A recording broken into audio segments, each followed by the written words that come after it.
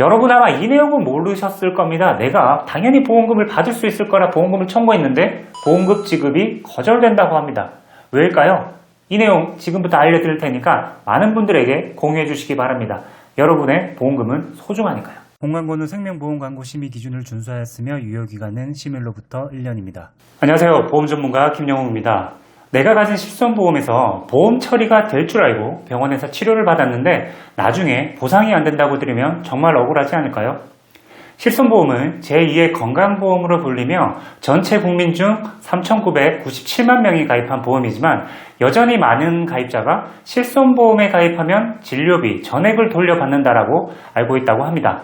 실제 보험금을 지급받지 못하는 경우도 많아서 예상치 못한 고액의 진료비로 인해 경제적 부담을 겪고 있다고 하는데요. 그래서 오늘은 실손보험에서 보장하지 않는 내용에 대해 말씀드리고 주요 민원 사례를 통해 실손보험 보장 대상으로 오인하기 쉬운 항목을 안내해 드릴 건데요. 오늘 영상을 끝까지 보시고 어떤 경우에 보장이 안 되고 왜 안 되는지 확실하게 이해하셔서 실손 청구하시는데 도움이 되셨으면 합니다. 실손보험으로 보장받지 못하는 경우도 정말 다양하게 있는데요. 전부 설명드릴 수 없기 때문에 핵심적인 내용만 설명드리려고 합니다. 영상 외에 궁금하신 내용은 댓글로 남겨주세요. 영상을 보시고 도움이 되셨다면 많은 분들에게 공유 부탁드립니다. 그럼 지금부터 시작하도록 하겠습니다. 자, 첫 번째는요. 질병 치료 목적이 아닌 외모 개선 목적의 수술 등은 보장 대상에 해당하지 않습니다. 예시로 코막힘 치료 목적이 아닌 코 성형의 목적의 비밸브 재건술 0.5초 이상의 혈액 역류가 확인되지 않는 미용 목적의 하지 정맥류 수술이 있는데요. 사례를 바탕으로 설명드리겠습니다. 평소 비염이 심해 병원에서 코막힘 치료와 함께 성형 효과도 있는 비밸브 재건술을 받고 보험금을 청구하였으나 보험금 지급이 거절되는 사례가 있는데요. 비밸브 재건술이란 비밸브 협착에 의한 코막힘 증상을 해결하기 위해 비밸브를 넓히는 수술로서 보건복지부 장관이 승인한 신의료기술이라 승인된 목적 환자에 한해 사용되어야 합니다. 목적 환자는 다음과 같은데요. 사용 목적은 코막힘 치료이고 사용 대상은 내외 비밸브 협착에 의한 코막힘 환자여야 합니다. 보험금이 지급되기 위해서는 3D CT 검사 등을 통해 비밸브 협착이 확인되어야 하는데 관련 의무 기록을 제출하지 않아서 보상이 안 되는 경우가 많습니다. 외모 개선 목적이 아닌 질병 치료 목적으로 수술을 받았다는 사실은 가입자가 입증해야 합니다. 보험금 청구 시 의무 기록 제출을 해야 하는 거죠. 따라서 비밸브 협착을 명확히 확인할 수 있는 CT 검사 기록 등이 제출되지 않을 경우엔 보험금 지급이 보류될 수 있습니다. 한편 일부 병원에서 비밸브 협착이 없는 환자들에게 코 성형 목적의 비밸브 재건술을 권유하는 경우가 많다고 하는데요. 보험금 청구가 된다고 듣고 수술을 했는데 보험회사에서는 보험금을 줄 수 없다고 하는 거죠. 비밸브 재건술을 권유받은 경우 수술 전 먼저 검사를 받는 게 바람직합니다.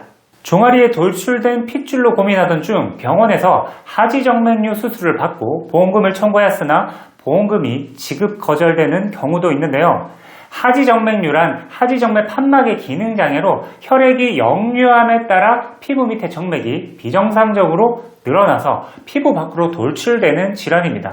통상 초음파 검사를 통해 0.5초 이상의 혈액의 역류가 확인되는 경우 하지정맥류로 진단이 되고요. 이런 경우 수술을 하면 보험금 청구가 가능한데요. 역류가 없는데 단순히 보기 싫다고 수술을 하면 어떻게 될까요? 당연히 보험금 거절이 됩니다. 다시 한번 말씀드리지만 제출된 초음파 검사 기록을 통해 혈액의 역류가 확인되어야 합니다.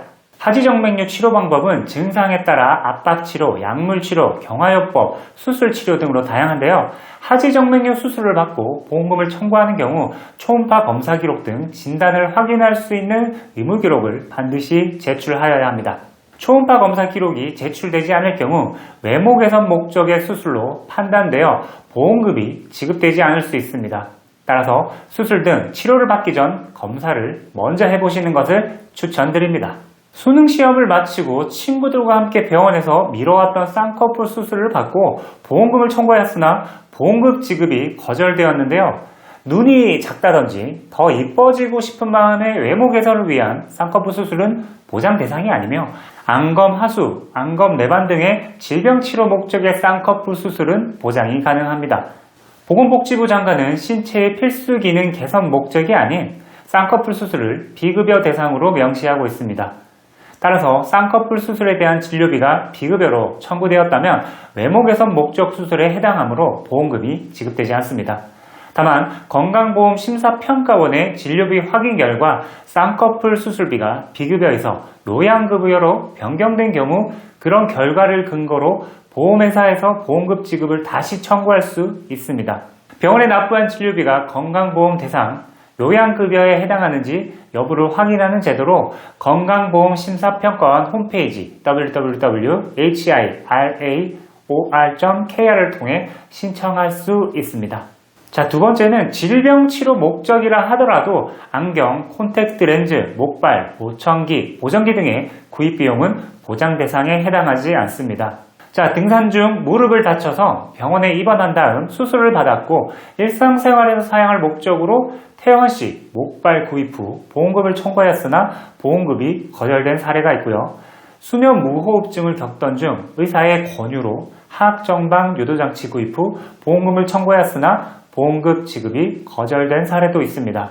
축구를 하다 아킬레스건을 다쳐서 발목을 고정하기 위해 의료기기 판매업체를 통해 팽창성 부목 구입 후 보험금을 청구하였으나 보험금 지급이 거절된 사례도 있는데요. 이게 모두 치료 목적의 보험금 청구로 보이죠. 근데 왜 보험금 청구가 안 될까요? 목발, 보조기 등의 구입 비용은 약관에서 정하고 있는 보상하지 않는 손해에 해당하므로 보상이 어렵기 때문입니다. 이치, 의수족, 이안, 안경, 콘택트 렌즈, 보청기, 목발, 팔걸이, 보조기 등 환자의 약해진 신체 기능을 단순히 보조, 보완할 목적으로 사용되는 보조기 등의 구입 비용은 보장 대상에 해당하지 않습니다. 따라서 의사의 권유라 해도 병원 혹은 의료기기 판매업체에서 보조기 등을 구입해도 보험금이 지급되지 않는다는 건데요. 다만 인공장기 등 신체에 이식되어 그 기능을 대신하는 경우에는 예외적으로 보장 대상에 해당합니다. 세 번째입니다. 예방 목적의 건강검진 비용, 백신 접종 비용, 진단서 발급 비용 등과 같이 질병 치료와 직접적인 관련이 없는 비용은 보장 대상에 해당하지 않습니다.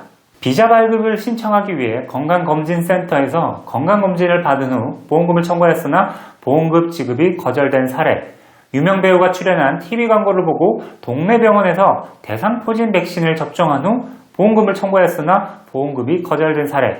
두 가지 사례 모두 질병 치료 목적과는 무관한 예방 목적이죠. 당연히 실손 보장이 안 됩니다. 다만 건강검진 결과에서 이상 소견에 따라 추가로 발생된 의료비용, 그러니까 대장 내시경 중 발견된 용종 제거 같이 치료 목적은 보장이 가능합니다. 또한 치료 목적으로 사용되는 예방주사인 파상풍, 혈청주사의 경우에는 보장을 받을 수 있습니다. 네 번째입니다. 약관에서 정한 자기부담금을 공제한 후 보험금이 지급되므로 보험금이 예상보다 적거나 없을 수 있습니다. 수개월 동안 감기 등으로 병원에서 치료를 받으며 관련 처방전과 약제비 영수증 등 청구 서류를 잘 모아두었다가 보험금을 일시에 청구하였으나 보험금 지급이 거절된 사례도 있는데요. 이걸 알고 보니 처방조제비 청구 금액이 자기 부담금보다 적다 보니까 지급할 보험금이 없었던 겁니다. 만약 처방조제비 청구 금액이 5,000원인데 자기 부담금이 8,000원이면 당연히 보험금이 안 나오겠죠.